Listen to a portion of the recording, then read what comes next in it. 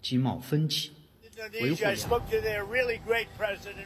Berunding ya, kita juga memikirkan yang penting bagi Cuman butuh 17 menit, sebuah sambungan telepon lintas benua antara Washington DC dan Jakarta langsung mengubah peta ekonomi Asia. Di ujung sana, Donald Trump. Di sini, Prabowo Subianto. Dan dari percakapan itu, lahirlah kesepakatan yang bikin China angkat bicara dan ekonomi Indonesia siaga penuh. Tarif perdagangan Indonesia ke Amerika resmi diturunkan dari 32% jadi 19%. Tapi ada harga yang harus dibayar. Dari 50 pesawat Boeing, produksi energi miliaran dolar, hingga komitmen membuka pasar domestik secara penuh untuk Amerika Serikat. Sementara AS bisa kirim barang ke Indonesia dengan tarif 0%. Trump senang, Prabowo optimis, tapi China mulai gelisah. Pertanyaannya sekarang, kenapa Indonesia tiba-tiba jadi rebutan dua kekuatan global? Apakah ini momen emas untuk Indonesia atau justru awal ketergantungan baru?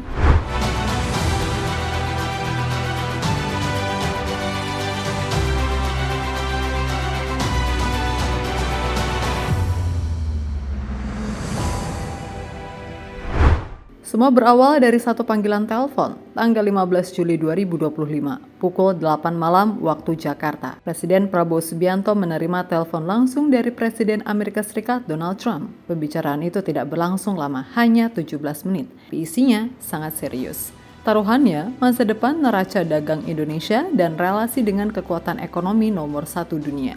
Dalam waktu singkat, keduanya menyepakati penurunan tarif ekspor Indonesia ke Amerika. Dari sebelumnya 32% menjadi 19%. Buat Indonesia, ini jadi tarif paling rendah dibandingkan negara-negara Asia Tenggara lainnya. Tapi tunggu dulu, di balik penurunan itu ada harga yang besar. Indonesia harus membeli 50 unit pesawat Boeing 777. Energi dan gas dari AS senilai 15 miliar US dollar. Produk pertanian AS senilai 4,5 miliar US dollar.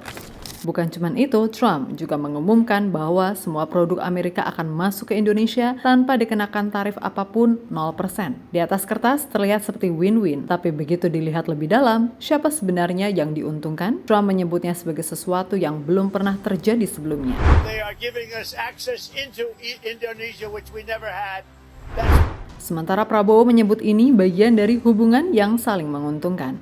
Namun ekonom menyebut ini sebagai negosiasi sepihak yang terlalu cepat dan beresiko jangka panjang bagi industri lokal. Dari sisi pemerintah, ini disebut sebagai kemenangan diplomasi cepat. Menteri Perdagangan Budi Santoso menyebut, setidaknya ada dua keuntungan besar. Satu, investasi asing masuk ke Indonesia karena tarif ekspor ke AS yang lebih rendah. Dua, peluang ekspor meningkat karena tarif 19% jauh di bawah rata-rata tarif negara ASEAN lain. Bahkan kalau dibandingkan Vietnam kena 20%, Malaysia 25%, Jepang 25%, Indonesia hanya 19%. Tapi tidak semua sepakat dengan kabar baik ini.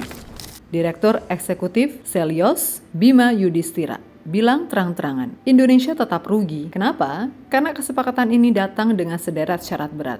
Indonesia harus beli energi dan pangan dari AS dalam nilai sangat besar. Produk AS masuk tanpa tarif, artinya mereka bisa jual lebih murah di Indonesia. Sementara barang Indonesia ke AS masih kena pajak 19%.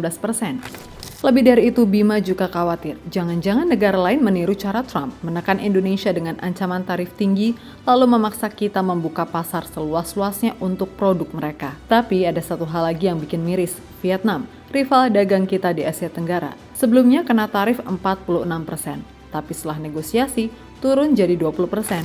Artinya Indonesia cuma unggul 1% dari Vietnam, padahal Vietnam punya biaya produksi dan logistik yang jauh lebih efisien. Direktur Indef, Esther Sri Astuti, juga mengingatkan, kalau Indonesia tidak pintar bersiasat, relokasi industri manufaktur tetap akan ke Vietnam, bukan ke kita. Namun di sisi lain, Wakil Ketua Apindo, Haryadi Sukamdani, mencoba optimis. Ini adalah deal terbaik yang bisa diambil. Sekarang tinggal bagaimana eksportir Indonesia bisa memanfaatkan peluang yang ada.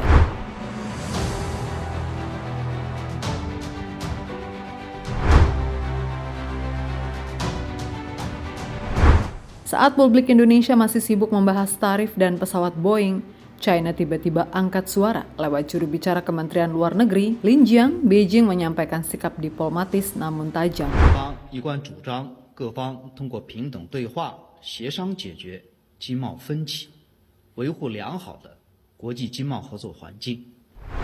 Pernyataan yang terdengar netral, tapi kalau perhatikan lebih dalam, ini bukan sekedar respon biasa, ini peringatan halus. Karena bagi China, kesepakatan dagang antara Indonesia dan AS ini bisa dibaca sebagai manuver strategis dari Washington untuk memperkuat pengaruhnya di Asia Tenggara. Apalagi Amerika bukan cuma ingin berdagang, Trump terang-terangan menyebut, kami sekarang punya akses penuh ke Indonesia. Termaksud akses apa? Salah satu yang paling disebut adalah tembaga dan rare earth, logam-logam langka yang jadi komoditas vital di era energi hijau dan teknologi tinggi. Dan bukan kabar baik bagi China yang selama ini menjadi pemain dominan di rantai pasok global mineral penting. Di saat yang sama, China sendiri juga sedang mempererat relasi dengan Indonesia. Xi Jinping secara resmi mengundang Presiden Prabowo ke KTT SCO atau Shanghai Cooperation Organization di Tianjin tanggal 31 Agustus sampai 1 September 2025. Indonesia diundang sebagai negara observer, tapi secara politik ini sinyal bahwa China tidak ingin kehilangan pengaruh di kawasan. Xi bahkan mengatakan keinginannya untuk bertemu langsung dengan Prabowo guna membahas kerjasama strategi dan isu-isu global. Satu panggilan dari Trump, satu undangan resmi dari Xi, kini posisi Indonesia makin strategis tapi juga makin rumit.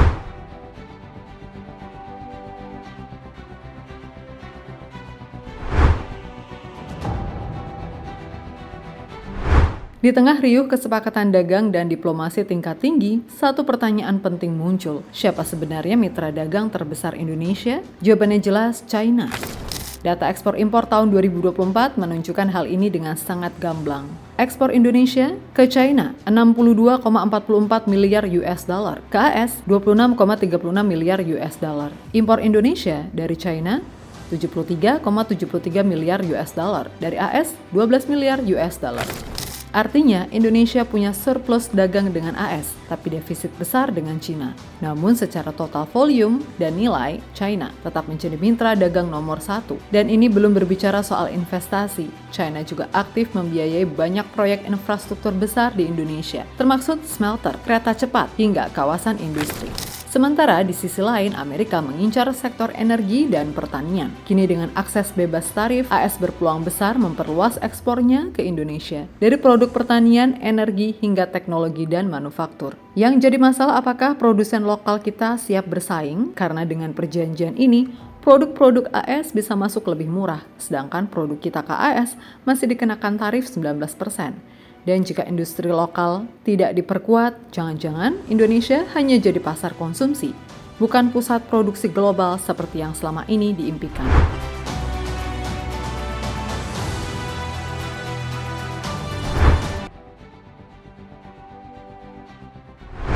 Apa yang sebenarnya sedang terjadi di balik semua ini? Bukan sekedar soal tarif, bukan sekedar soal pesawat, kedelai, atau tembaga. Ini adalah babak baru dari persaingan dua kekuatan global terbesar, Amerika Serikat dan China, yang kini saling berebut pengaruh di Indonesia.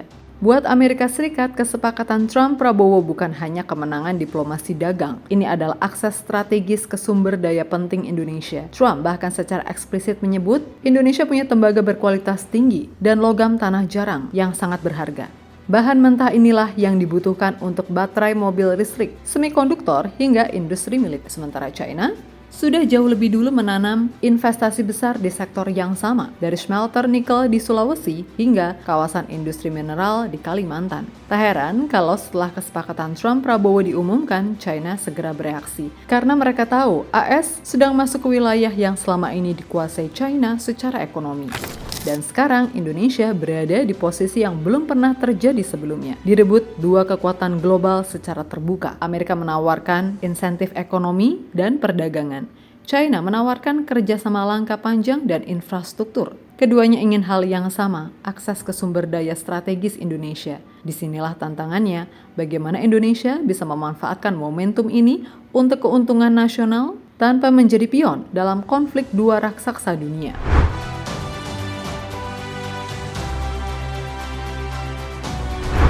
Di balik hingar-bingar kesepakatan dagang dan pujian politis, ada sejumlah pekerjaan rumah besar yang tidak boleh diabaikan pemerintah Indonesia. Pertama, perjanjian resmi harus segera dibuat. Kalau kesepakatan ini hanya berbentuk ucapan dan pernyataan politik, Indonesia bisa melanggar aturan WTO. Khususnya prinsip Most Favored Nation atau MFN. Negara lain bisa menuntut perlakuan yang sama seperti AS. Kedua, penguatan industri dalam negeri. Produk-produk Amerika akan masuk bebas tarif. Kalau UMKM, BUMN, dan produsen lokal tak diperkuat, kita bisa kewalahan bersaing di pasar kita sendiri. Ketiga, diplomasi dagang harus cermat. China, Uni Eropa, hingga BRICS semua sedang mengamati langkah Indonesia. Satu kesalahan strategi, kita bisa kehilangan kepercayaan banyak mitra besar. Keempat, perlindungan tenaga kerja lokal. Pembelian besar-besaran produk luar, kalau tidak diimbangi keterlibatan sektor domestik, bisa membuat kita hanya jadi penonton di negeri sendiri.